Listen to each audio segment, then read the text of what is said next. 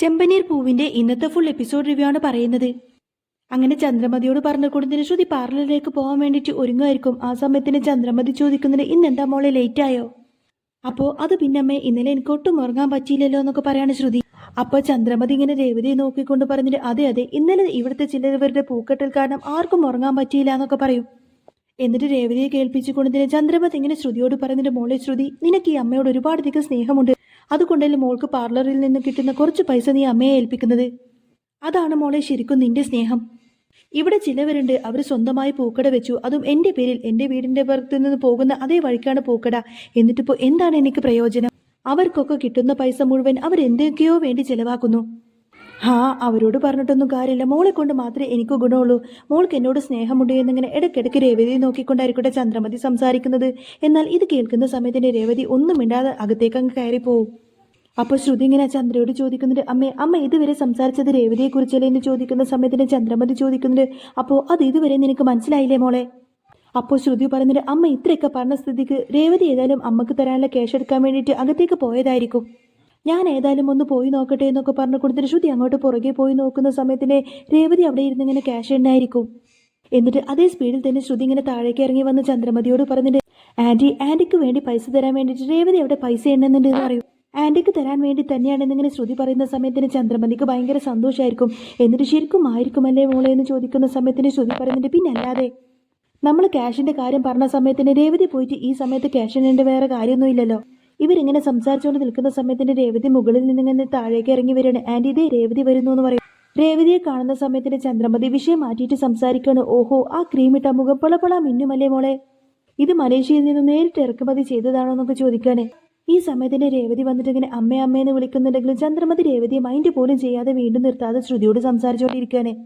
അന്നേരം ശ്രുതി പറഞ്ഞിട്ട് ആന്റിനെ രേവതി വിളിക്കുന്നു എന്ന് പറയുന്ന സമയത്തന്നെ ചന്ദ്രൻ ചോദിക്കുന്നത് എന്നെയോ രേവതിയോ? ചന്ദ്രമതി ഇങ്ങനെ രേവതിയോട് എന്താന്ന് ചോദിക്കുന്ന സമയത്തന്നെ രേവതി പറഞ്ഞിട്ട് അമ്മേ അടുക്കളയിലെ പണിയൊക്കെ തീർന്നു. ശരി, പിന്നെ സാമ്പാർ വെച്ചിട്ടുണ്ട്. അപ്പോഴേക്കും ശരി, പിന്നെ വേറെ എന്തൊക്കെയാ വിശേഷം എന്നൊക്കെ ചോദിക്കാട്ടെ ചന്ദ്ര. അപ്പോൾ രേവതി പറഞ്ഞിട്ട് എന്ത് വിഷയം? ഒരു വിഷയമില്ല, സാമ്പാർ തിളച്ചാൽ അത് വാങ്ങി വെക്കണം. അതെ, എനിക്ക് പുറത്തു പോയിട്ട് കുറച്ച് കാര്യങ്ങൾ ചെയ്യാനുണ്ട്, ഞാൻ പുറത്തു പോയിട്ട് വരാം അമ്മ എന്നൊക്കെ പറഞ്ഞു കൊടുത്തിന് ആ ഒരു ക്യാഷും കയ്യിൽ പിടിച്ചുകൊണ്ടതിന് രേവതി നേരെ പുറത്തേക്ക് അങ്ങ് പോവാണ്. എന്നാൽ ഇത് കാണുന്ന സമയത്തിന് ചന്ദ്രമതിക്ക് വല്ലാതെ അങ്ങ് ദേഷ്യം വരട്ടോ. ആ സമയത്തിന് ശ്രുതി പറഞ്ഞിട്ട് ഞാൻ വിചാരിച്ചത് രേവതി ആ ക്യാഷ് എടുത്ത് കൊന്നത് അമ്മക്ക് തരാൻ വേണ്ടിയിട്ടാണെന്നാ. അപ്പോൾ ചന്ദ്രമതി പറയുന്നത് അല്ലെങ്കിലും ആർക്ക് വേണം അവളുടെ കാശ്, നീ പോയിട്ട് പാർലറിൽ പോയിട്ട് വാ എന്നൊക്കെ പറഞ്ഞ് ശ്രുതിയെ പറഞ്ഞയക്കും. രേവതി ഏതായാലും ആ ഒരു ക്യാഷുമായിട്ട് ചെല്ലുന്നത് മഹേഷിന്റെ അടുത്തേക്കായിരിക്കും. എന്നാൽ രേവതിയെ കാണുന്ന സമയത്തിന് മഹേഷ് പറഞ്ഞിട്ട് സച്ചി ഇവിടെ ഇല്ല, സച്ചി ഓട്ടോ സ്റ്റാൻഡിലാണെന്ന് പറയുന്ന സമയത്തിന് രേവതി പറഞ്ഞിട്ട് അതിന് ഞാൻ മഹേഷ് ചേട്ടനെ കാണാൻ വേണ്ടിയിട്ടാണ് വന്നതെന്ന് പറയും. അപ്പോൾ മഹേഷ് ചോദിക്കുന്നുണ്ട് എന്നെ കാണാനോ, എന്താ രേവതി കാര്യമെന്ന് ചോദിക്കുന്ന സമയത്തിന് രേവതി പറയും കാറ് വിറ്റതിന് ശേഷം അദ്ദേഹം ഓട്ടോ ഒക്കെ ഓടിച്ച് ഒരുപാട് വൈകിട്ടാണ് വീട്ടിലേക്ക് വന്ന് കയറാറുള്ളത്. അപ്പോൾ മഹേഷ് പറഞ്ഞു കൊടുക്കുന്നുണ്ട് കാർ ഓടിക്കുന്ന അത്രയൊന്നും പൈസ കിട്ടില്ല ഓട്ടോ ഓടിച്ചാൽ. ഓട്ടോ ഓടിച്ച പൈസ നമ്മുടെ കയ്യിൽ എന്തെങ്കിലും മിച്ചം വരണമെങ്കിൽ തന്നെ രാവും പകലും നിർത്താതെ ഓട്ടോ ഓടിക്കേണ്ടി വരും. ഓട്ടോയ്ക്ക് ആകുമ്പോൾ ചെറിയ ട്രിപ്പല്ലേ കിട്ടുള്ളൂ എന്നൊക്കെ ചോദിക്കുന്നുണ്ട് കേട്ടോ മഹേഷ്. അന്നേരം രേവതി പറഞ്ഞിട്ട് മഹേഷ് ഏട്ടാ ഞാനൊരു തീരുമാനം എടുത്തിട്ടാണ് വന്നത്, എൻ്റെ കയ്യിൽ കുറച്ച് പണമുണ്ട്, അതുകൊണ്ട് സച്ചിയേട്ടന് ഒരു കാർ വാങ്ങിച്ചു കൊടുക്കണം. സ്വന്തമായിട്ടൊരു കഴിവുണ്ടെങ്കിൽ മറ്റുള്ളവരുടെ മുന്നിൽ തല കുനിക്കരുത് എന്നൊക്കെ പറഞ്ഞുകൊണ്ടാണ് അദ്ദേഹം എനിക്കൊരു സ്വന്തമായിട്ടൊരു പൂക്കട ഇട്ട് തന്നത്. അതുപോലെ തന്നെ എനിക്കും എൻ്റെ സച്ചിയേട്ടനോട് സർപ്രൈസ് കൊടുക്കണമെന്നിങ്ങനെ രേവതി പറയുന്നത് കേൾക്കുന്ന സമയത്തന്നെ മഹേഷിനും ഒത്തിരി സന്തോഷമായിരിക്കും. മഹേഷ് പറയുന്നത് സച്ചി ഓട്ടോ വാങ്ങിക്കുന്നതിന് മുൻപേ തന്നെ അവൻ 2-3 കാറുകളൊക്കെ പോയി നോക്കിയത്. പുതിയൊരു കാറ് വാങ്ങിക്കണമെങ്കിൽ 10 ലക്ഷം രൂപയെങ്കിലും വേണം. എന്നാൽ അത് അവൻ്റെ കയ്യിലില്ലാത്തത് കൊണ്ട് തന്നെ അവനൊരു സെക്കൻഡ് കാറ് നോക്കിയിരുന്നു. ആ കാർ അവന് ഒരുപാടധികം ഇഷ്ടപ്പെടുകയും ചെയ്തു. എന്നാൽ അതിനൊരു 3 ലക്ഷം രൂപയെങ്കിലും വരും. അന്നേരം രേവതി ചോദിക്കുന്നുണ്ട് 3 ലക്ഷം രൂപ വേണമില്ലേ? എൻ്റെ കയ്യിൽ ഏതായാലും പൂമാല വിറ്റത് കൊണ്ട് തന്നെ കുറച്ചധികം ക്യാഷ് കയ്യിലുണ്ട്. അല്ല, കാറ് വാങ്ങിക്കാൻ ആ ഫുൾ എമൗണ്ടും കൊടുക്കേണ്ടി വരുമെന്ന് ചോദിക്കുന്ന സമയത്തിന് മഹേഷ് പറയുന്നുണ്ട് ഇല്ല രേവതി, കാറ് വാങ്ങിക്കാൻ വേണ്ടിയിട്ട് അവർ പറയുന്ന എമൗണ്ട് ആദ്യം കൊടുക്കേണ്ടി വരും, അതിനുശേഷം മാസാമാസം ഒരു നിശ്ചിത തുക എമൗണ്ട് വരുമെന്നൊക്കെ പറയും. അന്നേരം രേവതി ചോദിക്കുന്നുണ്ട് എന്നാ പിന്നെ സച്ചേട്ടന് ഇഷ്ടപ്പെട്ട ആ കാറ് നമുക്കൊന്ന് പോയി നോക്കിയാലോ മഹേഷ് ഏട്ടാ? അതിനെന്താ രേവതി, ഇപ്പം തന്നെ നമുക്ക് പോയിട്ട് ആ കാറ് നോക്കാമെന്നൊക്കെ പറഞ്ഞ് മഹേഷ് ഏതായാലും രേവതിയെ കൂട്ടിയിട്ട് കാറ് കാണാൻ വേണ്ടിയിട്ട് പോവാണ്. രേവതിയെ കൂട്ടിയിട്ട് മഹേഷ് അങ്ങോട്ടേക്ക് ചെന്നില്ലെന്ന സമയത്തിന് ഓണർ ചോദിക്കുന്നുണ്ട് എന്താ മഹേഷ്, കാറ് കൊടുക്കാൻ വന്നതാണോ അതോ വാങ്ങിക്കാൻ വന്നതാണോ എന്ന് ചോദിക്കും. അപ്പോൾ വാങ്ങാൻ വേണ്ടി തന്നെ എന്ന് പറയുന്ന സമയത്തിന് അവരോട് അവിടെ ഇരിക്കാൻ പറയൂ. എന്നിട്ട് ആർക്കാ വണ്ടിയെന്ന് ചോദിക്കുന്ന സമയത്തിന് നമ്മുടെ സച്ചിക്ക് തന്നെ എന്ന് പറയട്ടെ മഹേഷ്. അപ്പോൾ അയാൾ ചോദിക്കുന്നുണ്ട് അല്ല സച്ചിക്കല്ലേ എന്തോ സാമ്പത്തിക പ്രശ്നമുണ്ടെന്നൊക്കെ പറഞ്ഞത്? അതിപ്പോൾ അങ്ങനെ തന്നെ എന്ന് പറയുന്ന സമയത്തിന് സച്ചിക്കാണെങ്കിൽ ഞാൻ കുറച്ച് ഡിസ്കൗണ്ട് ഒക്കെ കൊടുക്കാമെന്ന് അന്നേ പറഞ്ഞതാ. പക്ഷേ എന്നിട്ട് പോലും അതൊന്നും അവൻ കേട്ടില്ല. അന്നേരം മഹേഷ് ഏതായാലും രേവതി അയാൾക്ക് പരിചയപ്പെടുത്തി കൊടുക്കും. രേവതി അയാളോട് ചോദിക്കുന്നതിന് എനിക്ക് ആ വണ്ടി ഒന്ന് കാണാൻ പറ്റുമോ എന്ന് ചോദിക്കും.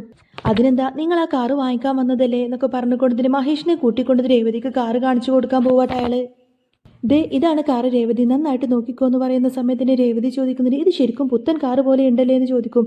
ആ സമയത്തിന് അയാൾ പറയുന്നത് ഇത് പുതിയ കാറ് തന്നെയാണ്, കുറച്ചു കാലം മാത്രമേ ഇത് യൂസ് ചെയ്തിട്ടുള്ളൂ എന്ന് പറയുന്നുണ്ട് മഹേഷ്.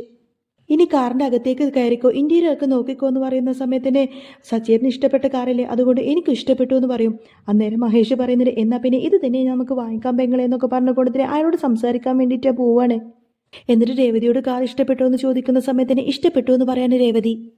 എന്നാൽ പിന്നെ മഹേഷ് നമുക്ക് ബാക്കി കാര്യങ്ങളിലേക്ക് നടക്കാമെന്ന് പറയുന്ന സമയത്തിന് മഹേഷ് പറയുന്നത് അല്ല സച്ചിക്ക് ഡിസ്കൗണ്ട് കൊടുക്കാമെന്ന് പറഞ്ഞില്ലേ, അത് കഴിച്ചിട്ട് ബാക്കി എമൗണ്ട് എത്രയെന്ന് പറയൂന്ന് പറയും.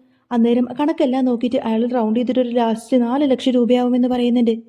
അന്നേരം 4 ലക്ഷം രൂപ എന്ന് കേൾക്കുന്ന സമയത്തിന് രേവതി അങ്ങ് ഞെട്ടാണ്. എന്നിട്ട് അയ്യോ 4 ലക്ഷം രൂപയോ, അത് മൊത്തം തരാനെന്ന് പറയുന്ന സമയത്തിന് അയാൾ പറയുന്നത് അത് ആ തുക ഏതായാലും മൊത്തം ഒന്നും വേണ്ട, അല്ലെങ്കിലും ഇന്നത്തെ കാലത്താരാണ് മൊത്തം തുകയൊക്കെ തന്നിട്ട് കാർ എടുക്കുന്നത്, ആദ്യം നിങ്ങളൊരു തുക അടക്കണം അതിനുശേഷം ലോണ് വരുമെന്ന് പറയുന്ന സമയത്തിന് രേവതി ചോദിക്കുന്നത് അല്ല ആദ്യം എത്ര എമൗണ്ട് അടക്കണമെന്ന് ചോദിക്കും.